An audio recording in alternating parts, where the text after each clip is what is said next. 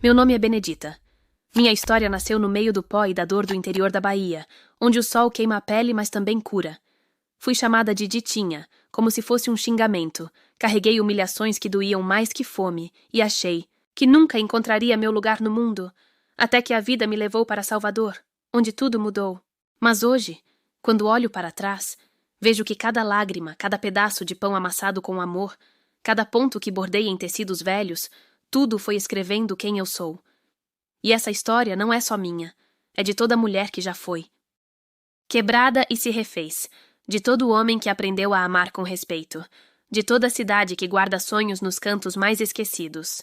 Por isso, antes de começar, quero perguntar: de que canto do Brasil ou do mundo você está me ouvindo? Comenta aqui o nome da sua cidade, que eu quero sentir que minha história está chegando longe, como um abraço mandado no vento. Era numa pequena vila no interior da Bahia, onde o sol queimava a terra e secava as esperanças, que uma menina negra de olhos profundos e alma ferida crescia sob o peso de um nome que não era seu: Benedita. Mas ninguém a chamava assim. Desde que se entendia por gente, ouvira apenas Ditinha, dito com um riso amargo, um olhar de desprezo. Era a mais escura entre os irmãos, a que carregava no rosto a cor que parecia envergonhar a família. Enquanto os outros brincavam, ela trabalhava. Enquanto os outros comiam, ela servia. Aos 6 anos, já sabia lavar roupa no rio, carregar água na cabeça e varrer o chão de terra batida da casa onde era tratada como intrusa. Os pais, cansados da miséria, não viam mal algum em deixar que os irmãos mais claros zombassem dela. Ditinha, pega isso pra mim. Ditinha, você é tão feia que até o diabo tem medo. As palavras cortavam mais que o chicote do feitor na roça. À noite, quando todos dormiam, ela se encolhia no canto, mais escuro do quarto, onde ninguém a via chorar. Sonhava com um lugar onde não fosse Ditinha, onde seu nome fosse dito com respeito. Anos se passaram, e a menina virou moça, mas o tratamento permaneceu o mesmo. Até que um dia, cansada de ser a sombra na própria casa, Benedita pegou um embrulho com suas poucas roupas e partiu. Salvador. A capital prometia oportunidades, empregos, uma vida nova. Mas o que ela não sabia era que a cidade grande guardava outros tipos de dor, outras formas de humilhação. Chegando lá, sem conhecer ninguém, conseguiu abrigo na casa de uma senhora, idosa que cobrava barato pelo quartinho nos fundos. Logo começou a busca por trabalho, e foi aí que o racismo velado e cruel mostrou sua face. Na primeira entrevista, a mulher branca de cabelos lisos olhou para suas mãos calejadas e disse sem hesitar: "Aqui a gente precisa de alguém mais apresentável." Na segunda, o homem de terno caro franziu a testa ao ouvir seu sotaque carregado. "Do interior. Você tem experiência? Porque aqui é um ambiente muito profissional." Na terceira, riram quando ela disse que sabia ler. Benedita sentiu o peso de ser quem era, mas não desistiu. E foi numa dessas caminhadas sem rumo que ela avistou uma pequena igreja evangélica, com uma placa que dizia: "Deus não vê aparências, vê o coração." Entrou. E ali, pela primeira vez, alguém a olhou nos olhos e sorriu sem julgamento. Foi ali também que ela o viu. O pastor José Neto. Alto, voz macia, sorriso fácil. Pregava sobre o amor de Deus com uma convicção que fazia o coração dela apertar. Ele era diferente de todos os homens que conhecera. Não gritava, não zombava, não a tratava como se fosse menos. Era gentil, educado, um verdadeiro cavalheiro. Quando ele a cumprimentou após o culto, chamando-a de Irmã Benedita, não Ditinha, não Morena, não Neguinha, algo dentro dela se quebrou e se reconstruiu ao mesmo tempo. Ele começou a convidá-la para orações, para estudos bíblicos, e ela resistia, temendo que fosse apenas mais uma ilusão. Mas José Neto insistia, sempre respeitoso, sempre paciente. "Deus tem um plano para você, irmã", dizia ele, e ela queria acreditar. Até que um dia, sob a luz de velas na igreja vazia, ele se ajoelhou ao seu lado e pediu que orassem juntos, por um futuro. E naquele momento, Benedita sentiu algo que nunca havia sentido antes: esperança. Mas o que ela não sabia era que o inferno às vezes vem disfarçado de anjo, e que o pastor José Neto guardava segredos que nenhuma oração poderia revelar ainda. O vento soprava suave no dia do casamento, carregando promessas que Benedita acreditava serem sagradas. Vestida de branco, um vestido simples, mas digno, ela olhou nos olhos do pastor José Neto e jurou amor eterno. Ele sorriu. Aquele mesmo sorriso, doce que a conquistara, apertou suas mãos e sussurrou: Deus uniu nossas vidas, Ditinha. O coração dela gelou. Ditinha. Aquele apelido maldoso que pensara ter deixado para trás. Mas ela engoliu o incômodo. Afinal, era só um deslize, um hábito que ele corrigiria.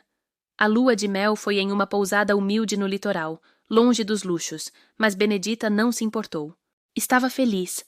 Até a primeira noite, quando José Neto, depois de satisfeitos seus desejos, virou-se para ela e disse com um riso frio: Você até que não é tão ruim para uma mulher da roça. Ela ficou paralisada. O tom era de deboche, como se ele estivesse fazendo um favor. Mas o pior ainda estava por vir. No dia seguinte, no café da manhã, ele reclamou do café forte demais, da comida mal temperada, do jeito dela servir como uma empregada. Benedita tentou agradar, ajustar-se, mas cada palavra dele era uma facada. Na igreja você vai ter que se vestir melhor, hein? Não pode ficar parecendo uma favelada. Ela engoliu as lágrimas. O que estava acontecendo? De volta a Salvador, a máscara do pastor José Neto começou a ruir de vez. Em público, ele era o mesmo homem piedoso, carismático, amado pela congregação. Mas em casa, trancava a porta e transformava-se num tirano. Brigas explosivas, gritos, que ecoavam pelas paredes, humilhações que deixavam Benedita em pedaços. Você acha que alguém como eu casaria com uma preta sem estudo, se não fosse pela misericórdia de Deus? Ele cuspia, os olhos cheios de ódio. Ela tentou ser a esposa perfeita. Cozinhava, lavava, passava, sorria na igreja como se nada acontecesse. Ele exigia que estivesse sempre impecável, pois sua imagem era tudo. Se alguém desconfiar do nosso casamento, você vai ver o inferno. Ameaçava. As noites eram um terror. Ele a tocava sem amor, como se ela fosse um objeto, e depois a insultava, dizendo que mulheres como ela não mereciam carinho. Benedita começou a definhar. Seu olhar, antes cheio de luz, agora estava opaco. As irmãs da igreja elogiavam sua beleza discreta, sem saber que cada sorriso dela era uma mentira ensaiada. José Neto controlava cada passo seu, dinheiro, amizades, até as roupas que vestia. Você é minha esposa, e eu decido tudo.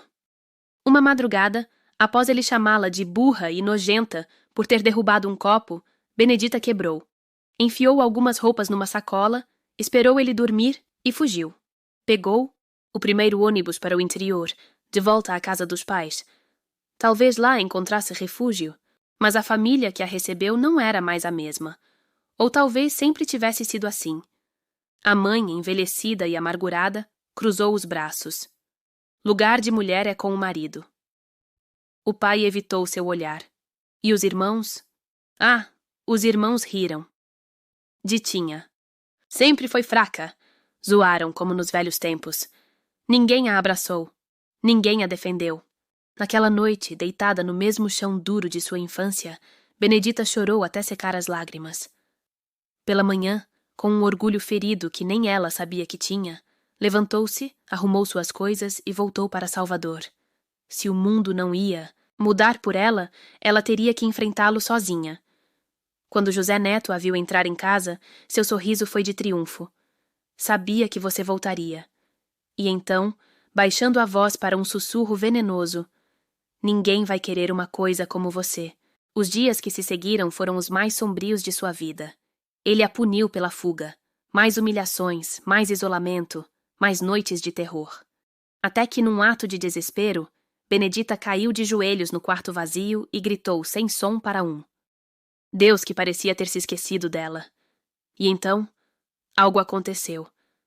A madrugada estava pesada, como se o ar recusasse a circular dentro daquela casa que já não era um lar, mas uma cela.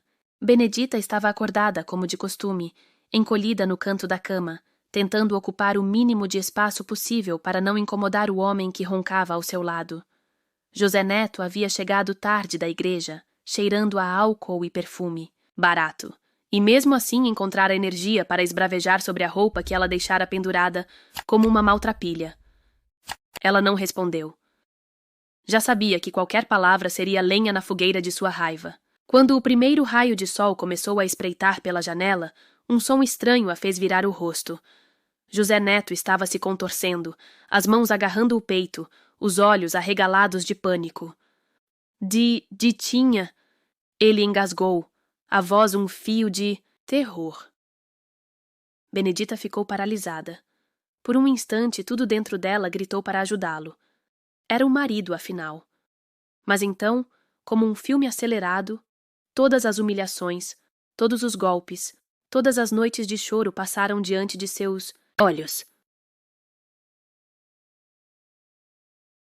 Ela se moveu devagar. Não correu para o telefone. Não gritou por socorro. Apenas ficou ali, de pé, observando enquanto a respiração dele se tornava cada vez mais fraca. Até que, com um último suspiro, José Neto ficou imóvel. O silêncio, que se seguiu, foi tão denso que Benedita achou que iria sufocar. Esperou o remorso, o desespero, qualquer coisa. Mas o que veio foi um alívio tão profundo que a fez cair de joelhos. É um milagre, ela sussurrou para o vazio. E pela primeira vez em anos, sentiu que Deus finalmente ouvira sua dor. A notícia do infarto do pastor José Neto abalou a igreja. Velas, coros de aleluias, lágrimas de irmãos que juraram nunca ter conhecido um homem tão santo. Benedita, vestida de preto, recebia os cumprimentos com um sorriso triste que ninguém desconfiou ser falso. Ele está com o Senhor, diziam, e ela concordava em silêncio. Sim, e eu estou livre. Mas a liberdade, ela descobriu, tinha um gosto amargo. As noites eram as piores. Mesmo sabendo que ele não voltaria, ela ainda acordava sobressaltada, imaginando ouvir seus passos no corredor. As paredes da casa, agora vazia, ecoavam memórias que ela não queria revisitar. Até que, numa tarde qualquer, enquanto arrumava as coisas dele para doar, encontrou uma caixa escondida sob a cama. Dentro, cartas de outras mulheres, fotos íntimas, recibos de hotéis. José Neto não era apenas um monstro com ela, era um hipócrita com todos. Benedita queimou tudo no quintal, observando as chamas consumirem os últimos vestígios daquele casamento. E então, fez algo que não fazia desde a infância. Riu. Uma risada alta, livre, quase desesperada. Foi nesse momento que a porta dos fundos rangeu. O rangido da porta fez Benedita estremecer. Ela se virou de supetão, o coração batendo forte, ainda segurando as cinzas do passado entre os dedos. Quem poderia ser? Ninguém vinha àquela casa desde o enterro. Talvez fosse uma das irmãs da igreja, trazendo mais um prato de comida e um olhar de pena. Mas o homem que apareceu no quintal não era nenhum conhecido. Alto, pele morena como o café torrado, trajando uma camisa simples, mas bem passada, ele parou ao ver a cena. Benedita de pé, cercada por restos de fogo, o rosto ainda marcado por uma risada que não combinava com a viúva enlutada que todos imaginavam. Boa tarde, ele disse, a voz macia, sem pressa. A porta estava entreaberta. Eu bateria, mas não me atrevi a subir os degraus sem avisar. Benedita não respondeu de imediato. Estava muito acostumada a desconfiar. José Neto a ensinara que gentileza era apenas uma isca. Mas havia algo naquele homem, na maneira como ele mantinha uma distância respeitosa, como os olhos dele não a percorriam de cima a baixo, que a fez baixar a guarda, ainda que só um pouco. Quem é o senhor? Perguntou, firme, mas sem aspereza. Amado. Ele respondeu, como se o nome fosse uma explicação por si só. Trabalho na padaria da esquina. O pastor José Neto costumava comprar pães lá, antes de... Uma pausa discreta. Enfim, vim trazer isto. Ele estendeu um pano limpo, dentro do qual havia um pão ainda quente. Ele sempre pedia um extra aos sábados. Achei que a senhora poderia querer. Benedita olhou para o pão, depois para ele. José Neto nunca mencionara nenhuma padaria, nenhum amado. mas também nunca lhe contava nada. Obrigada, ela murmurou, aceitando o embrulho com cuidado. Amado não se apressou para ir embora. Ficou ali, observando o quintal, os vasos de plantas que ela mantinha apesar de tudo. A senhora cuida bem delas, comentou. Dá para ver pelas flores. Era um elogio simples, sem segundas intenções. Benedita sentiu um nó na garganta. Quantos anos havia desde que alguém notava algo que ela fazia bem? Eu tentava, ela admitiu, mas ultimamente não tenho tido muito ânimo. Ele assentiu, como se entendesse sem precisar de mais palavras. Às vezes a terra precisa de tempo para se recuperar, mas ela sempre volta a florescer. Naquele momento, algo dentro de Benedita, alguma coisa que ela pensara morta, deu um leve sinal de vida. Os dias que se seguiram àquela visita inesperada foram tingidos de uma estranha leveza. Benedita acordava pensando no pão que Amado trouxera, não pelo alimento em si, mas pelo gesto. Alguém havia se lembrado dela. Alguém a virá.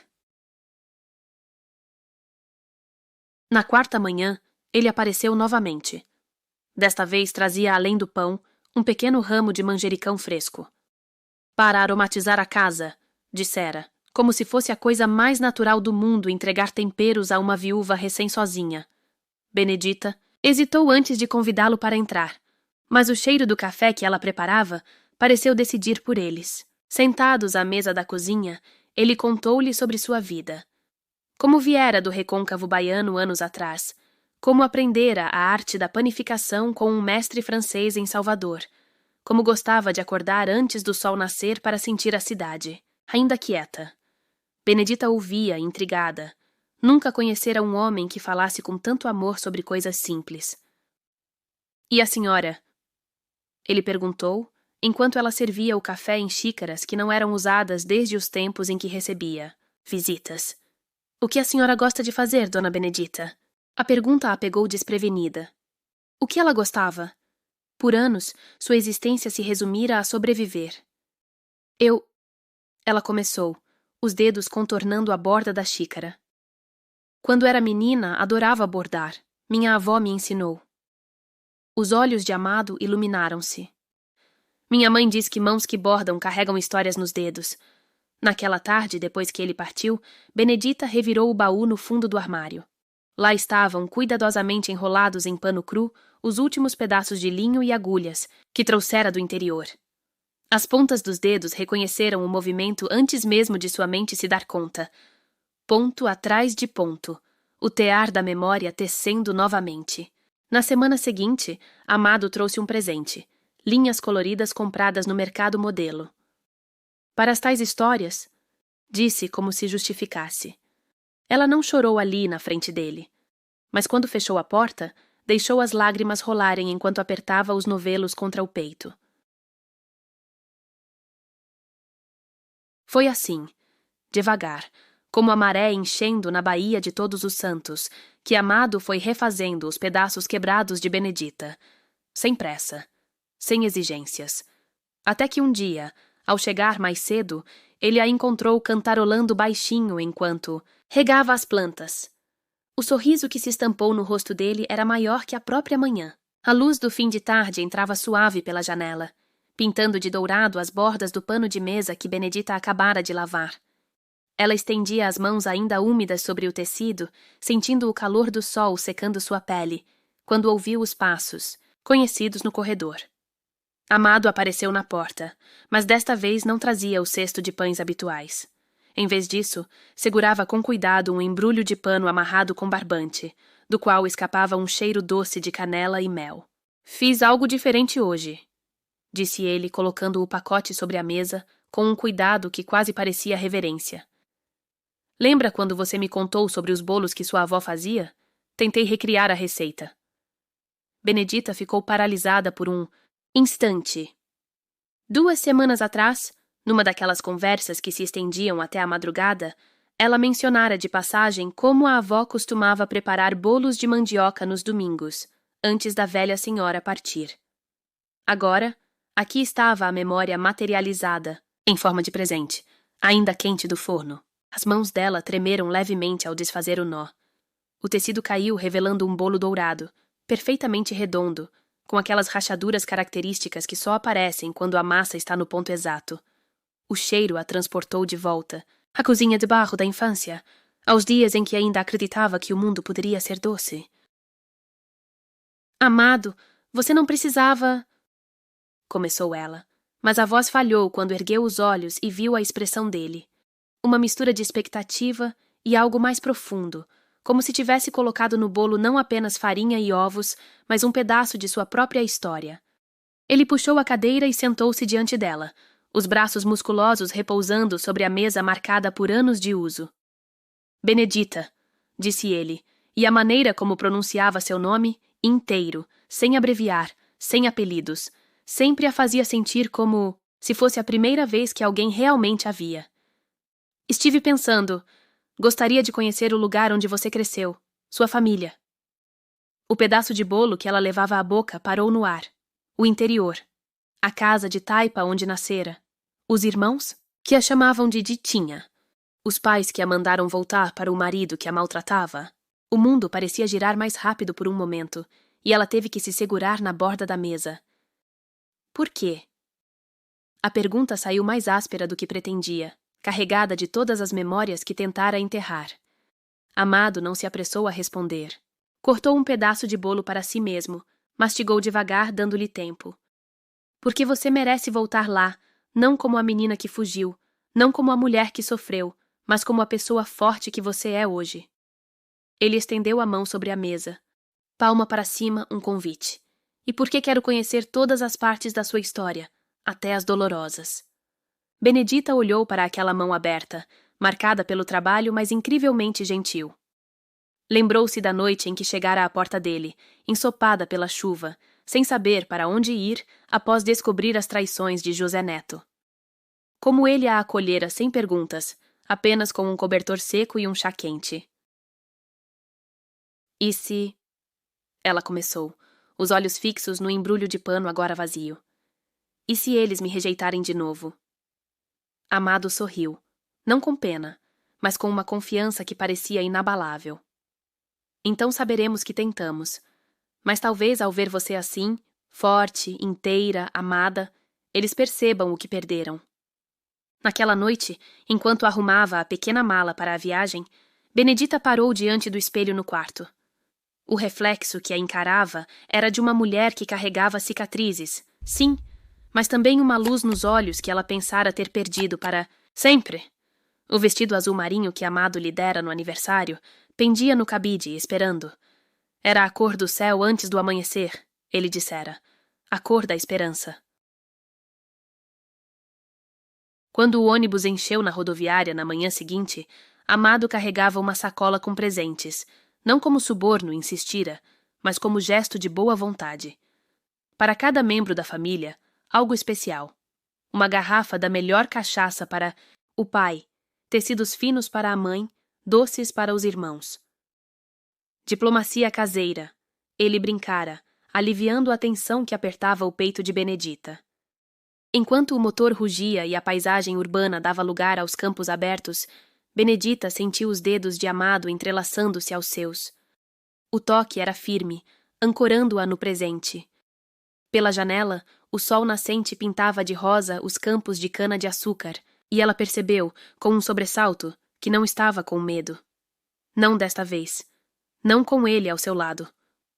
O ônibus sacolejou na estrada de terra batida, levantando uma poeira avermelhada que grudava nas janelas. Benedita apertava os dedos contra o banco, sentindo cada solavanco como um soco no estômago. A paisagem ia ficando cada vez mais familiar. A cerca de arame farpado que demarcava a fazenda do Souza, o pé de manga retorcido onde costumava se esconder, a curva do riacho onde lavava roupa aos 7 anos. Tudo igual. Tudo diferente. Amado, ao seu lado, percebeu a mudança em sua respiração. Sem dizer nada, deslizou a mão sobre a dela, firme como âncora. Quando você quiser voltar, a gente volta, murmurou, tão baixo que só ela podia ouvir. Mas Benedita não queria voltar. Não desta vez. A casa, ou melhor, o conjunto de cômodos de taipa com telhado de palha, surgiu no horizonte como um fantasma materializado. O pai, mais curvado do que ela lembrava, estava sentado no alpendre, consertando uma enxada. A mãe, de vestido, desbotado, pendurava roupas no varal. Quando o ônibus parou e ela desceu com seu vestido azul marinho e seus sapatos sem remendo, foi como se o tempo congelasse. É a Ditinha? Ouviu-se o espanto de alguém atrás da cerca. O apelido caiu como um golpe, mas Benedita não baixou a cabeça. Benedita, corrigiu, com uma calma que surpreendeu até ela mesma. Vim visitar. O silêncio que se seguiu foi cortado pelo rangido da porta quando a mãe se aproximou, os olhos úmidos escorrendo pelo rosto enrugado. Minha filha. A voz saiu trêmula, as mãos hesitantes no ar, como se não soubessem se podiam tocá-la. Foi Amado quem quebrou o gelo. Dona Maria, disse com uma reverência que Benedita nunca vira ninguém dirigir à sua mãe. Trouxemos algumas coisas para vocês. E começou a distribuir os presentes com um jeito natural que desarmou até os irmãos mais reticentes, que agora espreitavam por trás das portas. Dentro de casa, na mesa de madeira irregular onde tantas vezes comera as sobras, Benedita serviu o bolo que Amado preparara. O pai, depois de provar um pedaço e tomar um gole da cachaça fina, olhou para ela como se a visse pela primeira vez. Você tá diferente, admitiu, quase sem querer. E ela estava. Não apenas pelas roupas boas ou pelo homem respeitoso ao seu lado, mas pela maneira como ocupava espaço, sem se encolher, sem pedir desculpas por existir. Quando o irmão mais velho, o mesmo que inventara o apelido de Tinha, tentou fazer uma piada às custas dela, foi a mãe quem o repreendeu. Deixa sua irmã em paz, Zé. Olha só a mulher que ela se tornou. Naquela noite, dormindo no mesmo quarto de infância, agora dividido com Amado em redes separadas, Benedita ouviu o som do vento nas palhas do telhado e percebeu algo extraordinário. A casa ainda cheirava a fumaça e suor, mas não a machucava. Mais. O passado estava ali, sim, mas não a definia. Quando o sol raiou, foi a vez de ela presentear a família. Com as economias que juntara, comprara um terreno maior ao lado da casa velha. Para construírem um lugar digno, explicou, enquanto o pai, mudo de emoção, segurava os papéis com mãos trêmulas. No caminho de volta ao ônibus, carregada de abraços e promessas de visitas, Benedita sentiu Amado apertar sua mão. E aí? Ele perguntou, os olhos brilhando. Ela olhou para trás, para a família que agora a via com novos olhos, e depois, para o homem que a ajudara a reescrever sua própria história. Vamos para casa, respondeu, e pela primeira vez, a palavra casa não doía.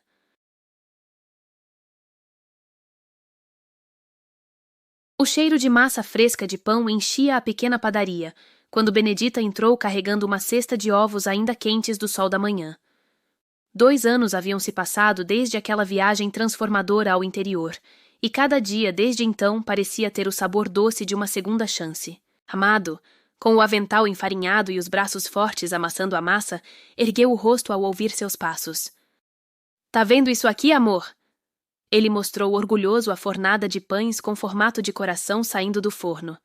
Novidade para a venda do Dia dos Namorados. O segredo é um toque de mel daquelas abelhas que a gente criou. Benedita sorriu, passando os dedos levemente sobre a casca dourada de um dos pães.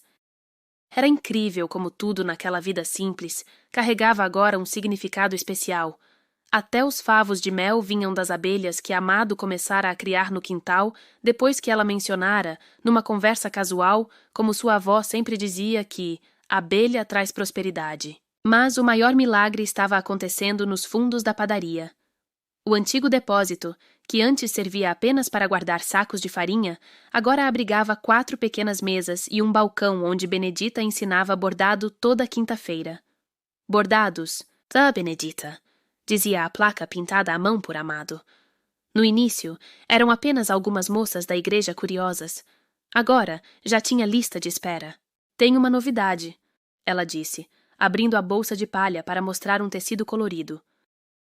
Lembra daquela técnica que eu te falei, a que minha avó usava? Consegui reproduzir. Amado limpou as mãos no avental antes de tocar o pano com a reverência de quem entendia o valor daquela conquista. Os pontos formavam um pássaro em pleno voo, suas asas feitas de retalhos que contavam uma história de liberdade. Tá vendo isso aqui? Ele chamou a atenção do ajudante da padaria, um jovem que morava na favela próxima. Isso é arte de verdade. Minha esposa vai ficar famosa, pode anotar. Benedita corou, mas não negou. Já não era a mulher que baixava a cabeça diante de elogios. Em vez disso, apontou para o canto do desenho. Falta terminar essa asa. Tô pensando em usar aquele fio azul que você me trouxe da feira. O som, da porta da frente abrindo, interrompeu a conversa. Uma menina de uns 12 anos, vestida com um uniforme escolar remendado, espiou timidamente. Dona Benedita, a senhora disse que hoje ia me ensinar o ponto que faz flor, lembra? Benedita nem precisou olhar para o relógio. Deixou o pano cuidadosamente sobre o balcão e se dirigiu à garota com os braços abertos. Claro, Maria Eduarda, trouxe as agulhas especiais para você. Enquanto ajudava a menina a dar os primeiros pontos no tear, Benedita olhou através da porta aberta que conectava a oficina à padaria. Amado, percebendo seu olhar, enviou-lhe um piscar de olhos enquanto moldava pães com suas mãos grandes e habilidosas. Ela pensou na casa vazia e sombria onde vivera com José Neto. Pensou no quarto escuro da infância, onde chorara tantas noites. E então olhou ao redor, para as risadas das alunas, para o cheiro do pão fresco, para o calor do sol entrando pelas janelas limpas. E sentiu algo que antes parecera impossível, pertencimento. Naquela noite, enquanto fechavam a loja, Amado surpreendeu-a com um pacote embrulhado em papel pardo. Abre quando chegar em casa, pediu, com aquele sorriso que ainda fazia seu coração acelerar depois de todos esses anos. Dentro do pacote, Benedita encontrou um caderno de desenho de alta qualidade e um conjunto de lápis profissionais. Na primeira página, uma inscrição na letra firme de Amado.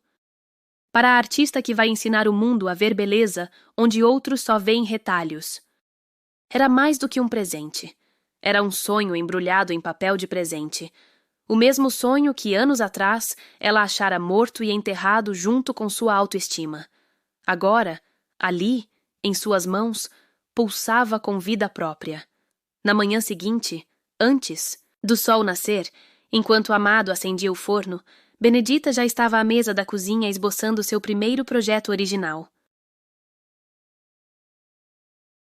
Os raios de sol que entravam pela janela iluminavam não apenas o papel, mas o caminho à frente. Um futuro que ela mal ousara imaginar, mas que agora estava sendo tecido ponto a ponto, dia após dia. O barulho das crianças correndo no quintal se misturava ao cheiro do café passado na hora que Benedita servia na varanda. 10 anos haviam se transformado em 20, e a casa que antes abrigava apenas silêncios e mágoas, agora transbordava vida. Netos.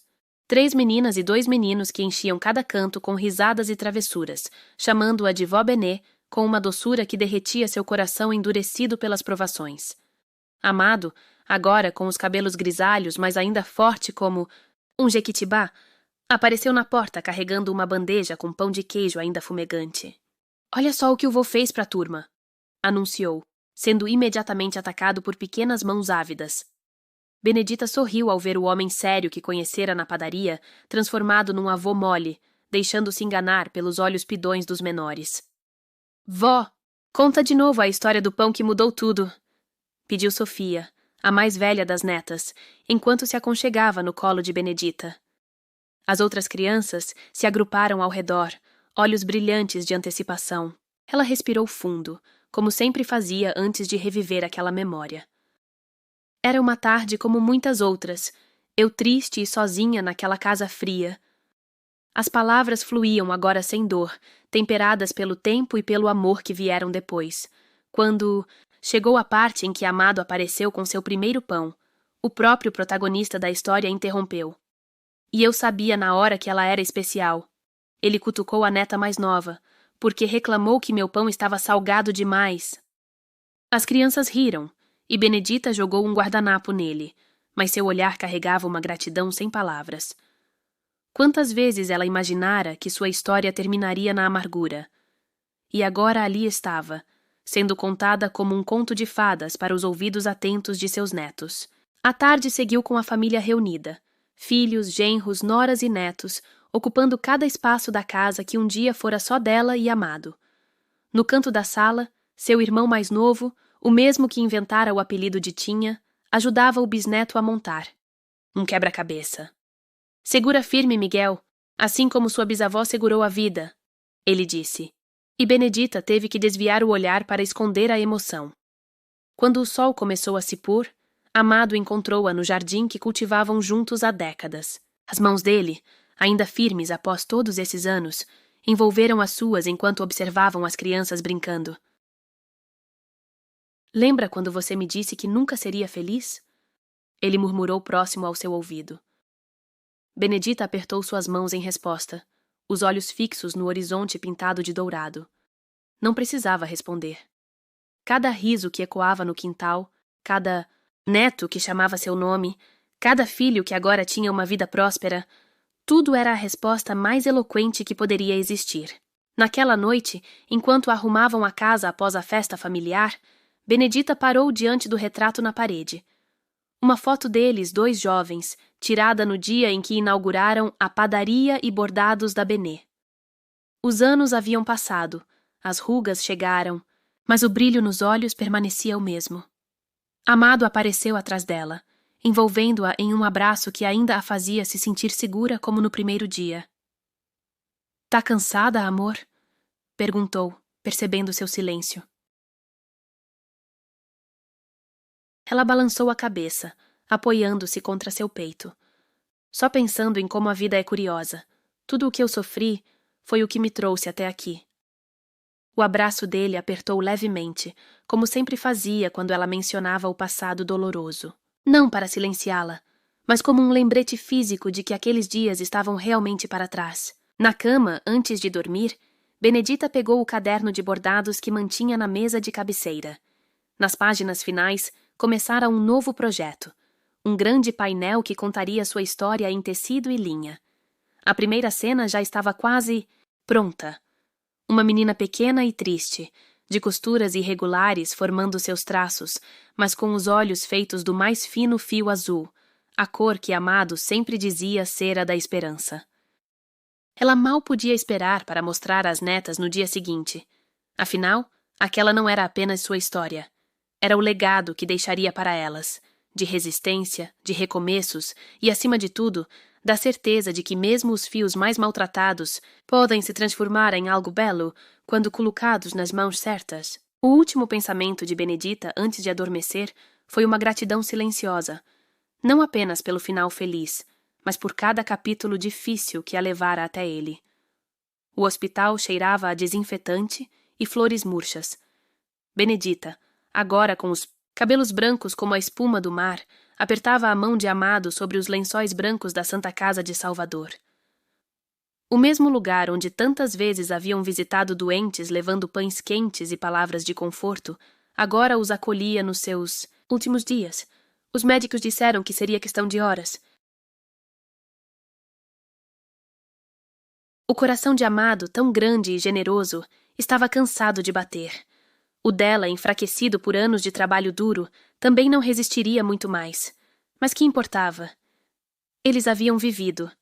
Verdadeiramente vivido.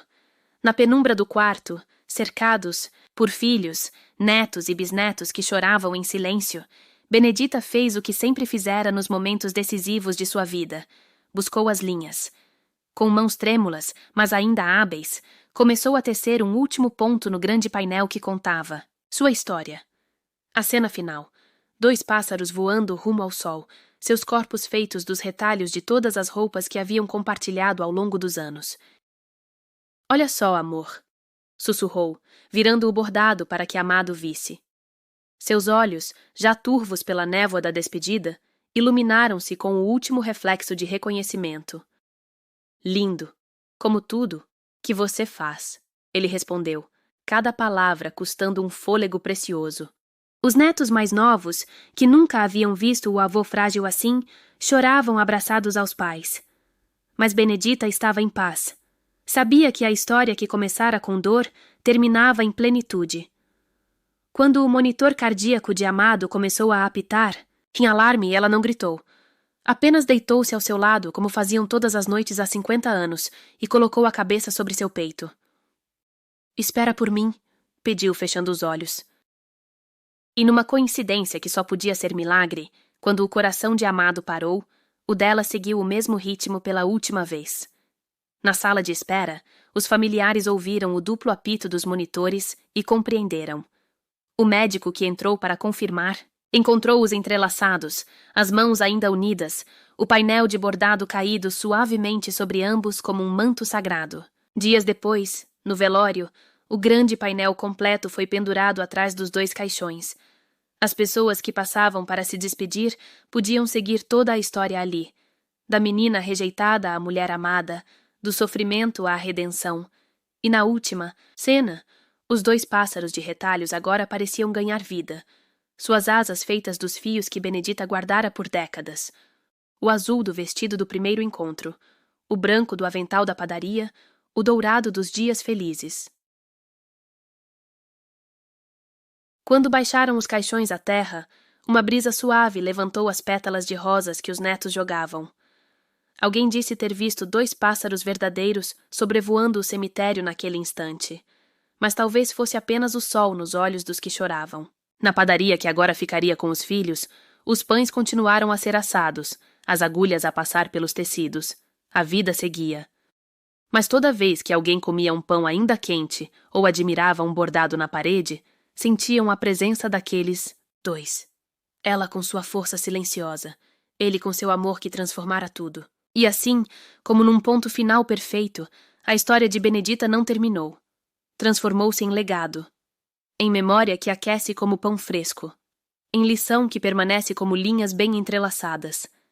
E em algum lugar, bem além do sol, 2 pássaros de retalhos voavam livres, finalmente completos.